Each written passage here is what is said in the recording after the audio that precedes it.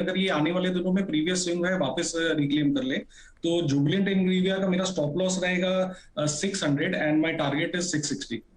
Jubilant Ingrevia ये भी देखिए इसी सेक्टर की कंपनी जहां पर तेजी की पोजीशन आप कह रहे हैं लेकर चले, 660 का टारगेट रहेगा इधर और 600 के स्टॉप लॉस के साथ दरअसल ये ट्रेड लेना है। जुबिलेंट इंग्रेविया का एक बार चार्ट दिखा दीजिएगा प्लीज डायरेक्टर साहब। देखें तो यहाँ पर मौजूदा समय जो 622 तक के लेवल्स है, स्टॉक किस तरह का प्रदर्शन दिखा रहा है और आगे तो 660 का टारगेट दे ही दिया है अमित ने। 5% देखिए ऊपर, तो मोमेंटम ट्रेल्स है और आज का दिन भी अच्छी खासी तेजी वाला साबित हो रहा है। तेजी के साथ ही हमारे जानकारों का फोकस भी है। चलिए एक एक स्टॉक हमारे जानकार जोड़ेंगे, लेकिन बात करते हैं डॉक्टर लाल पैथलैब्स की।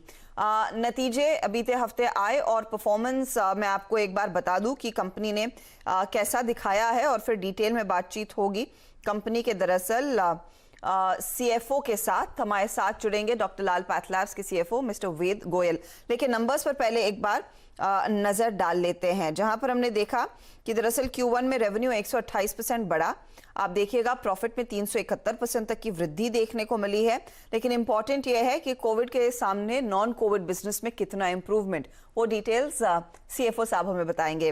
मिस्टर वेद गोयल, स्वागत है आपका। एक मजबूत क्वार्टर रहा है, लेकिन सबसे पहले अगर आप हमें अंदाजा दे सकें non Covid versus Covid business में किस तरह की इंप्रूवमेंट देखने को मिली है।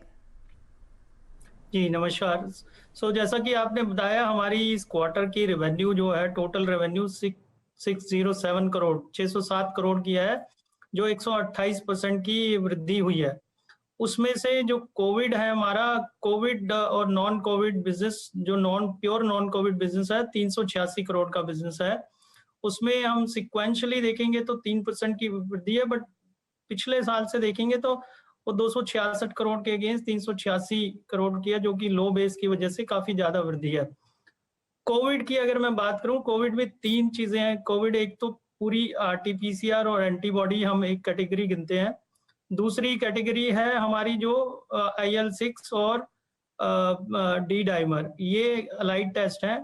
और इस बार ही हमने स्पेसिफिकली इस क्वार्टर में देखा, क्योंकि काफी हाई सर्ज था, तो उसमें कुछ टेस्ट जैसे कि LDH, फेरेटिन और CRP, ये 3 तरह के जो टेस्ट थे उनमें भी काफी वृद्धि हुई है। टोटल मिला के कोविड और अलाइड टेस्ट से हमारा जो रेवेन्यू आया है वो 221 करोड़ का आया है, जो कि 36% कंट्रीब्यूशन है इस टोटल 607 करोड़ की रेवेन्यू में।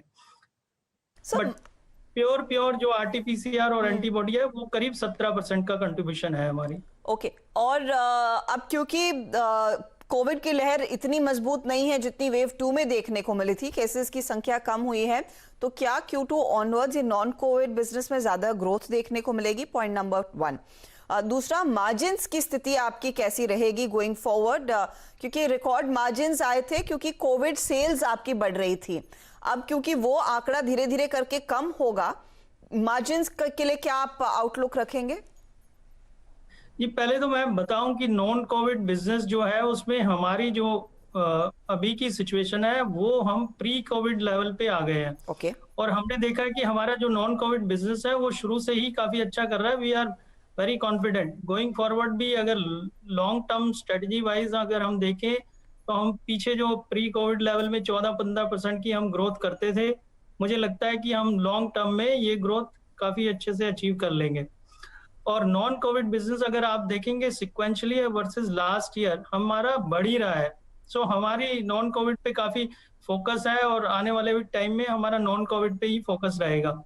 दूसरा सवाल जो मार्जिन्स है, मार्जिन्स देखिए इस क्वार्टर में आपने सही बताया, क्योंकि कोविड का कंट्रीब्यूशन काफी ज्यादा रहा और हमारा जो बिजनेस मॉडल है उसमें फिक्स ओवरहेड्स बहुत ज्यादा होते हैं, इसीलिए हमें ऑपरेटिंग लेवरेज काफी ज्यादा मिलता है। जब भी हमारे वॉल्यूम बढ़ते हैं या रेवेन्यू एक पर्टिकुलर पॉइंट के बाद बढ़ती है तो हमारा ऑपरेटिंग लेवरेज बहुत ज्यादा बढ़ता है। इसीलिए इस